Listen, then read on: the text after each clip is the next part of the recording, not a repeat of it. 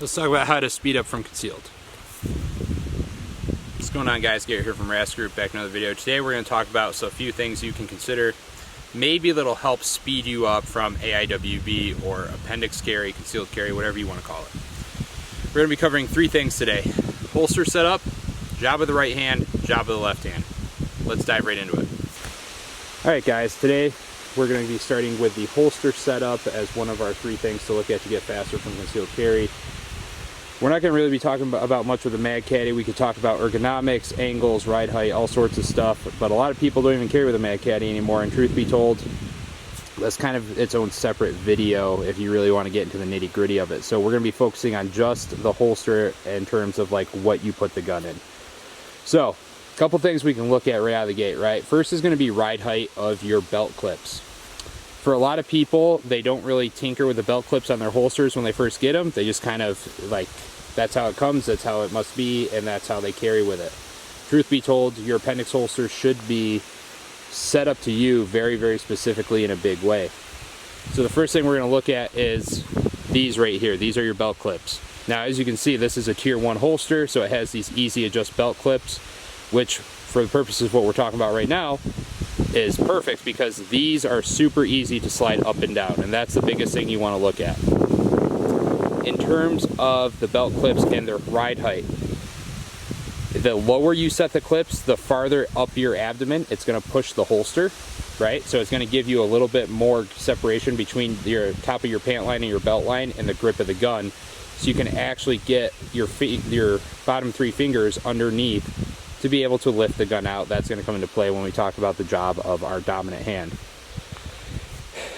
And then for the purposes of concealment, the higher you set the belt clips, the lower it's going to lower the grip of the gun to your belt line, thus aiding in concealment. Most people are going to find something right in the middle.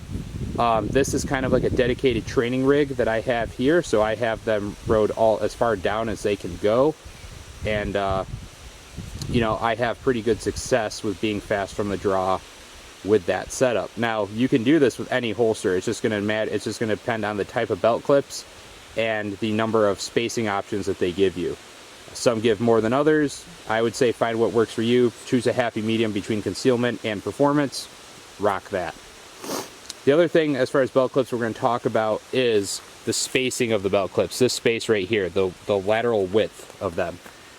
The farther apart you can place those, the more it'll stabilize the holster. Now that's a big deal because if your holster's shifting around because you have a singular belt clip, or you're rocking one of the big fat plastic wide clips or something that just kind of doesn't anchor that holster in place and allows it to have too much room of play, that's going to be a problem, because just like with our outside the waistband draw, we need to have that gun in a consistent spot every single time. It needs to be predictable.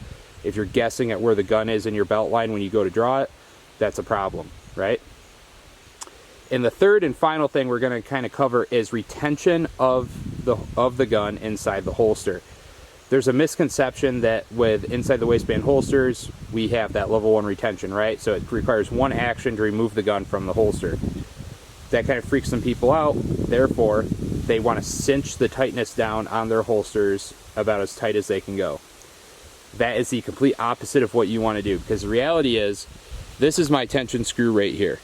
I have the tension on this holster pretty loose. I'll step over here and show you guys.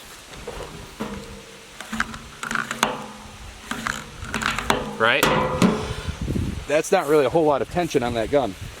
The tension of an appendix rig holster actually comes from the belt coming across the whole span of the holster, and your belt being properly sized and adjusted to you. So that's where your actual, like, decent retention is going to come from, in addition to the tension screw, right? Like, you can have a little bit of retention, but don't have that place that tension screw so tight that you have to fight the holster to draw the gun.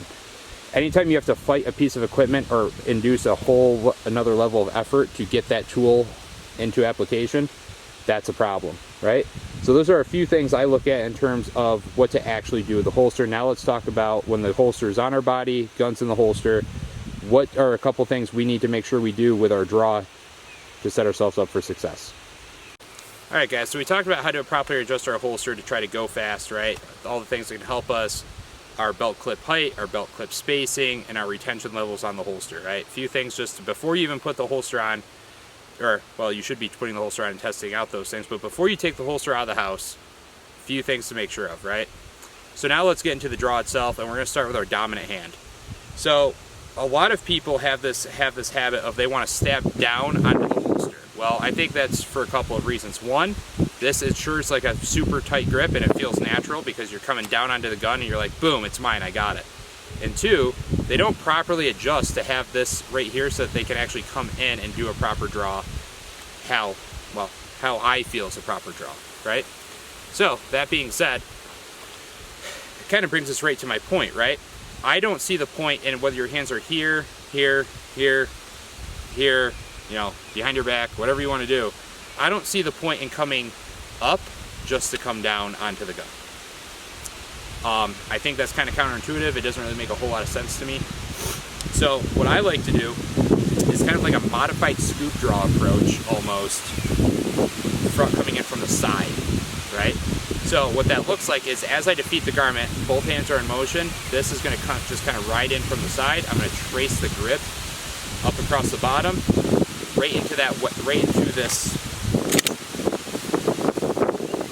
kind of little index point where my gun meets my trigger guard, right? I'm going to trace up all the way to there, and then my thumb's going to collapse over the back plate, and I'm going to begin to lift. Now, that's why it's important that we don't have an absurd amount of tension on that gun in the holster, because as I come in and my fingers hit here, I'm lifting. See what I mean?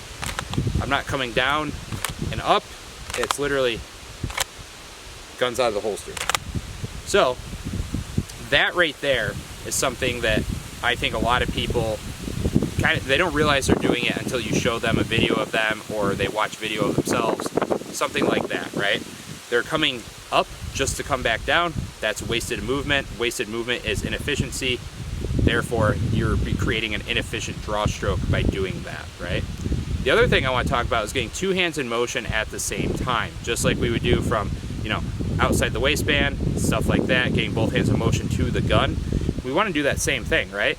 So as I clear my garment, this hand should already be in motion. So if I'm here and I come up, it's not boom and then boom. I want to be very deliberate and both hands are in motion at the same time. That's my biggest complaint as far as right hand, the job of the right hand that I see as far as inefficiency with a lot of students is we're not getting two hands in motion at the same time, and we're coming up just to come down or coming for some other direction that does not make sense, as opposed to just coming right into the grip of the gun and lifting the gun out of the holster, right? Cool, let's talk about clearing the garment. All right, guys, so let's talk about clearing the garment. Obviously, I'm in Western New York. It's starting to get kind of chilly up here. It's 55 degrees outside with an overcast. Not too bad as far as overall weather is concerned, but you start adding layers, you start adding, you know, potential snag hazards to your AIWB draw. The way I do it is very simple. I only ever have the last layer I have on that's covering my abdomen. That's the only layer I have left to defeat. So I actually have on an undershirt today, I have on a t-shirt, and then I have my hoodie. I tuck my standard t-shirt behind my appendix rig, I make sure it's seated down in there, and I put the hoodie over the gun. I'm not trying to add a whole bunch of complication to my draw stroke. Worst comes to worst, if you're somebody that doesn't draw how I draw and you want to get a whole handful of garment and lift everything up, grab everything and go, right? That's the best piece of advice I got for you, because I am not somebody that has the dexterity to actually grab the piece of clothing with my hand, right? With a hoodie, it's much easier, right? I can get right here, I can grab up and go. But traditionally, I go for the hem. The reason I go for the hem is because I wear all my clothes pretty much the same. My hoodies, my t-shirts, everything ride the same on me. I only ever have that one layer to defeat as far as getting access to my gun. So I go for the hem. To me, it's very simple. If you're staging your hands, that's fine. At some point you can, like, you know, come here, then come here, then come here, here, and like keep working that till you get some comfortable reps and you have proficiency at whatever hand position you so desire. For the purposes of today, I'm just going to stage my hands how I normally would if I was going for like a performance standard out on the range from AIWB, right? So I kind of have this hand off to the side. Makes sense because it's going to be coming in like this to access the grip of the gun. This I have staged at 12 o'clock right in front of me. The reason I go for 12 o'clock is because that's dead center. That's where I carry my gun. I want to clear the garment where the gun is. I don't want to have my gun here and go like this. As you can see, that did nothing. If I come over here, that did something. So I want to make sure I'm clearing my hem of my garment where my gun is located. The other big thing that I'm going to start to look for with this, I apologize, is I want to make sure that my wrist angle is kind of locked at a 90-degree angle to the ground. If I try to draw my garment like this and come in, that's minimal clearance, right? If I just lock my wrist at 90 degrees and come up at the hem, that gives me a little bit more purchase as far as the gun, right? So that gives me a lot more. If I keep my hand at this neutral angle and just kind of go, it gives me nothing. If I keep my hand here and just go, it automatically exposes the gun. You see what I'm saying? So it's, once you snatch that right here, you could turn your hand back if it helps, if it's more comfortable for you. You don't have to go like this and try to be all uncomfortable. But as far as accessing the hem, I'm here. That's already giving me access to my gun. So now, keeping that in mind with both hands in motion, I want to be very deliberate that I am clearing this garment enough to the point where this hand can access, right? Because remember, these are coming at the same time. If anything's miscued, you're going to pay a price. You're going to be grabbing the garment, anything like that. So the way I like to do it is I come in here and I just have a little bit extra pull above my belly button, kind of where I know the gun is well below. That way, it's just that little bit of room of clearance for me, and it helps me feel better. I know that there's guys that can do this and they'll clear right here. But to me, having this little bit of extra clearance right here doesn't make that much of a difference. It's negligible at best because I can still get two hands on the gun very quickly. So while we're here, let's talk about getting the gun out. As you guys saw in the previous clip, the gun is safe. So don't worry, internet Nazis, the bullet will not penetrate through the lens of my camera, through the screen of whatever you're watching this on, and shoot you. I promise, even if there was a bullet, you're still very safe. So I'm right here. Now, see how close my hands are together? So as I lift this gun out and I feel that muzzle clear, right? And especially if you have a weapon light, I can start kind of having some tension on the outboarding side of the holster. So as I lift up, I'm starting to try to get the gun towards where it wants to go. Boom, I feel it clear. At this point is when I'm going to drop my garment. I'm going to build my grip up and out, right? Ideally, the sooner you can start building that grip and you can get it here, right? Like, say, that's great. But I don't think that that happens for everybody every time. Just focus on building the grip as soon as you can out of the holster on the draw, right? Obviously, we can go a lot more in depth with all this stuff. This is just a YouTube video to kind of give you guys some quick things to think about here.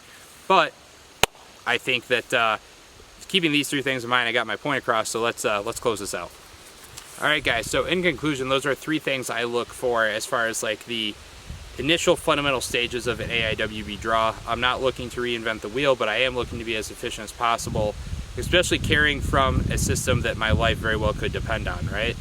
For most of you, that is what your life would depend on, is your ability to draw from concealment, whether it be 3 o'clock, 4 o'clock, AIWB, shoulder holster, ankle carry, purse carry, off-body fanny pack, whatever the fuck it is that you do. There's only a few of those that I think are actually viable options, just for what it's worth. Maybe we'll talk about that again at some point. But I think it's important to get very specific and very detailed as far as what we're looking to get out of our performance anytime we put a gun on, anytime we're running a gun. It doesn't matter if it's outside the waistband, it doesn't matter if you're in competition, it doesn't matter if you're at the range, it doesn't matter if you're training for yourself, you're teaching others. Always aspire for these detail-oriented facts that help you get better, right? It's a fact that inefficiency of motion coming up to come down is never going to work, right? That's always going to be a problem. So keep that in mind. I hope this helps you guys. This was a quick down and dirty video. Obviously, like I said, we could go way into the weeds on some of this stuff, but at the end of the day, this is meant to give you some ideas to think about. And if you are interested in a RAS Group training course, by all means, hit me up on the website, on the Instagram. It's rasgrouptraining.com or _RAS Group on Instagram. Guys, this is great. I want to thank our sponsors, obviously Modern Material. We got Brownells, we got Locks & Company, we got Gorilla Gunworks. We got Crate Tactical, SHTF belts. We got all sorts of great companies that support us. And, you know, Gat Monkey slings. That's what I run on my Modern Material rifles. Can't forget that. If I forgot any, I'm really, really sorry. But this was an improv video, and I hope that this helps you guys. So, you guys stay safe, stay trained, stay rad, I'll be back with the next one.